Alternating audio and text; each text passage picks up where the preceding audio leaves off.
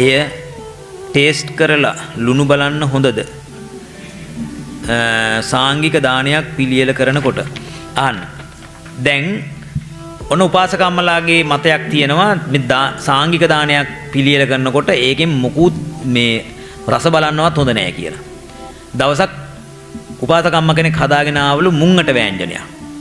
මුංගට වෑංජනයක් හදාගෙන ඇවිල්ලා පන්සලේ ස්වාමීන් වහන්සේට පූජා කරාට පස්සේ ඉතින් පූජා කරලා ඉවරලා පහුවද ඇවිල්ලා අහන ස්වාමීන් වහන්සේ මගේ අතින්මයි මං ස්වාමීන් වහන්සේලාට මුංගට වෑංජනේ හැදුවේ. ස්වාමීන් වහන්සේ වැළඳුවද? නෑ. හරිද? ඔව් වැළඳුවද කියලා ඇහුවලු. ඔව් ඔව් උපාසකම ඔක්කොම කෑවා කිව්වලු. ඒ කියන්නේ මොකද? කටේ තියන්න බෑ ලුණු වැඩි විසික් කරා බල්ලා ඔක්කොම කෑවා. වැළඳුවද කියලා ඇහුවට පස්සේ මොකද? ඔව් ඔව් උපාසකම ඔක්කොම කෑවා කිව්වලු. කාල් තියෙන කවුද?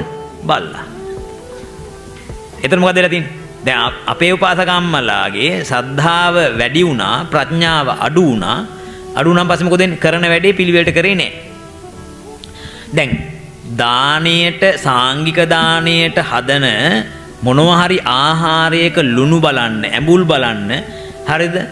අනිවාර්යෙන් කළ යුතුයි. හැබැයි මොකද වෙන්නේ? දැන් මෙහෙම හොද්ද ලිපේ හැදෙන වෙලාවේ ඒකට දිව දාන්න එපා. ගල්ලා. හරිද? ඒක සුදුසු නෑ. හරිද? ඇයි? ඒක හරියන්නේ නෑනේ. එතන මොකද වෙන්නේ? ඒකෙන් ටිකක් භාජනයකට අරගෙන හරිද?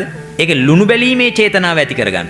ඕක අර කියන්නේ හරිද? තිරුක්කුඩ සූත්‍රයේ කියන්නේ බිම්බිසාර රජතුමාගේ ඥාති පිරිසත් සාංගික දානයක් හදා ඉඳිද්දි එකෙක් ගෙවන කැවුම් ගෙඩියක් අරගෙන පැන්නලු.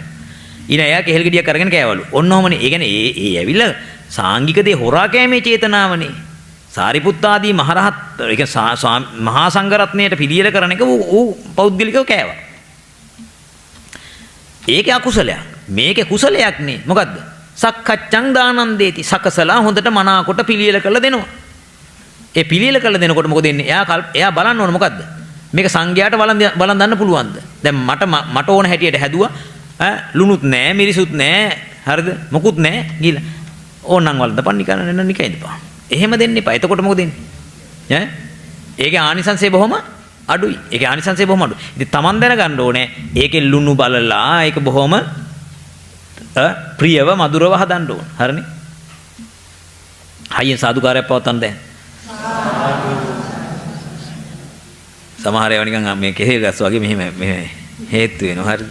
ඒ සාර බොහොම ප්‍රණයතුව ඉන්න. මොකද මේ ටික හොඳ ප්‍රශ්න ටිකක් ඒ ටික අරගන්න. හරිනේ එහෙනම්? දැන් මොකද කරන්න ඕන? දානේ ලුණු ආදිය බලන්න චේතනාව ඇති කරගන්න. මොකද්ද? සංඝයාට සහ බුදුරජාණන් වහන්සේට සහ සංඝයාට ප්‍රණීතව දානය සැකස් කිරීම සඳහා මම මේ ලුණු පරීක්ෂා කරනවා කියලා ඒකෙන් කොටසක් අරගෙන පරීක්ෂා කරලා බලන්න.